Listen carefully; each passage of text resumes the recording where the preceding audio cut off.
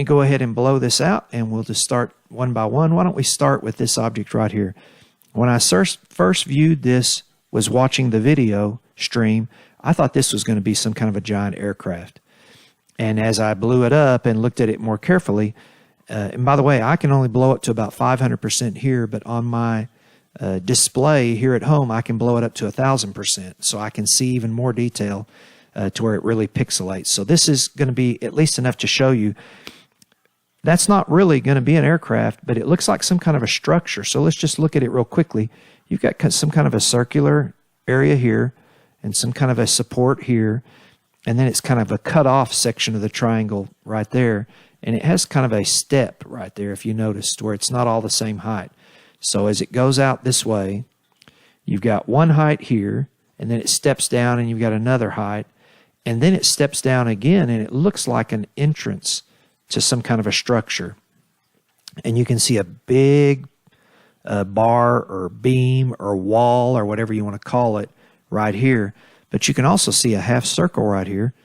And I'll tell you what this right here reminds me of, that rectangular kind of arched structure with a half circular opening.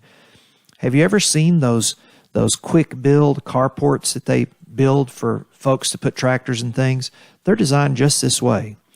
A half circle opening and then an arched, skin over it to make a structure. And that's what this reminds me of. Now, what it is, because of the scale, would be huge. But keep in mind, on the moon, there's a lot less gravity. And with less gravity means that construction would be much easier to support massive objects. Plus, if there's intelligent design going on the moon from another planet, any being smart enough to travel to our moon is also smart enough to harvest resources from other planets, other asteroids, asteroid belts, other moons. So with unlimited resources, we could build massive structures here on Earth. The limiting factor is not the size, it's resources. And someone with unlimited resources and time could build massive structures. So that's what I wanted to mention on that one. Now, in the same area, I want to draw your attention to this little corner of this area right here. This is a clear-cut triangle structure with the classic dome.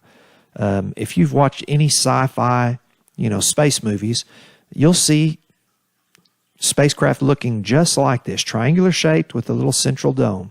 So I'm going to leave that up to your judgment. Do you think that's a naturally occurring rock formation? Or does it look too perfectly triangular? And is it too coincidental to have a dome perfectly centered in the center of that triangle? I would argue that tells me it's not naturally occurring. But that's up to you. So we're going to move on to keep this as brief as possible. Before I move on to the next object, I'm just going to point one thing out. I can't resist. I wasn't going to, but notice this object right here. You've got a horseshoe shape. It looks like tubes or something, horseshoe shape, and then 3 flat discs. I don't know what that is, but just like I've said for a lot of these, how could that be naturally occurring? I just could not see any way for that object right there to be something that's naturally occurring. Those 3 flattened disc areas plus that structure, it just kind of rules out, especially if that's supposed to be a asteroid strike causing this crater. And so since we're here, we'll move on down. Look at this giant center structure right here. And you may say, well, no, it just looks like a rock to me. You got to look at the shadow, and the shadow gives it away. Look at the shadow cast by this thing. And I'm going to outline the shape that I see in the shadow. It kind of flares out like this, then curves in, and then flares out like this, and then flares out again. So that's the basic shape. And then you got like a real slender needle on the top of it. So how could that be naturally occurring in the center of an asteroid-created or a meteorite-created crater? It's impossible.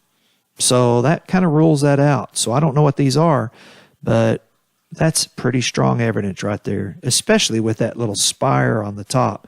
I mean, it reminds me of the shadow that something like one of our skyscrapers would cast, where the buildings kind of flare out and then go up into a pointed building and then have a tower on the top. It looks just like something you'd see on a skyline here in here on Earth. Okay, so let's move on.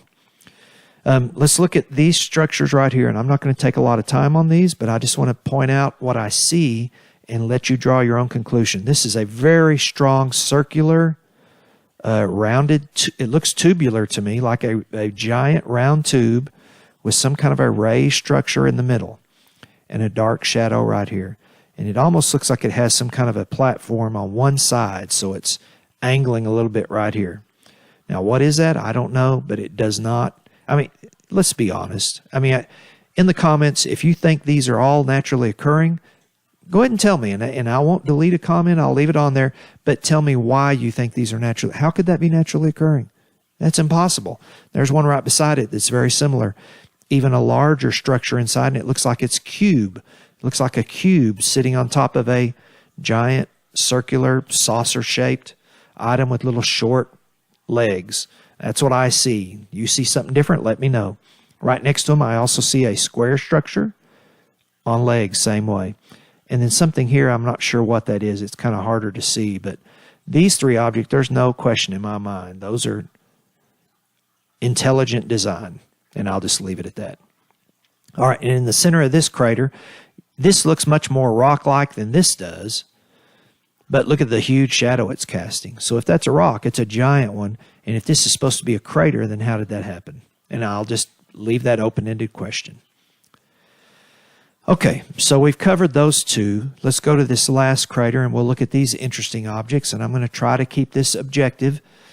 So I'm just going to point out this area right here is green as opposed to tan or dark or brownish. So this area in the bottom of the crater is, brownish. This area up here is white or tan. And then this area, it's kind of triangular shaped, is green, and it has two dark areas, one there and one there, plus an interesting kind of triangular shape right there. And then I can just make out a little line right here. So when you put all those descriptions together, these two black objects, this kind of area sticking out, and this little slit right here on this green triangular shaped object, what does it look like to you? I'll let you draw your conclusion on that. Okay, and then we're going to wrap this one up because I told myself I wasn't going to let it go over 10 minutes. So we'll make this the last area we look at. And I'm just going to point out this right here. You've got a U-shaped arch with something running across it right there. And then you've got a really unusual shape that almost looks like it's got a section here under the arch and a section here over the arch with something kind of interlocking between those two sections. And then you've got some kind of triangular, kind of spiky looking things back here. So what is that? And I don't know. Just looks interesting. So I'll kind of leave that up to y'all. And I'm going to go ahead and do a quick pan of the whole slide, the whole picture, so you can see the whole thing. Because there's other objects here, and I suspect in the comments, people that look at this and study it a little will point out some other objects of interest that I didn't talk about. For example, there's a really good one right here. And I encourage you to look at that on your own. Freeze the video and take a look at it. And I'm seeing half a dozen just as I pan across here. But I just can't take the time to go over all of them. It would take too much time. So that's the upper end of the image. And now look at this bottom end. These are really clear images, by the way. Would y'all agree? I've kind of gotten better at using my gear, and under ideal conditions, it does a great job. It's just unbelievable the amount of detail I can pick up when I blow this out like that. So, again, that's one frame from 30 minutes of video footage, crystal clear like this, of the moon. So we've got a lot to look at in the future. And for UFOs above us, all I'll finish up by saying is what I always do. The answers to everyone's questions about are there beings from other planets, are there aliens, are there UFOs, that sort of thing, the answers aren't going to come from our government. The answers aren't going to come from anything except doing your own research and everybody working together. Share your information and we can draw our own conclusions. So keep watching those skies. Until next time, for UFOs above us.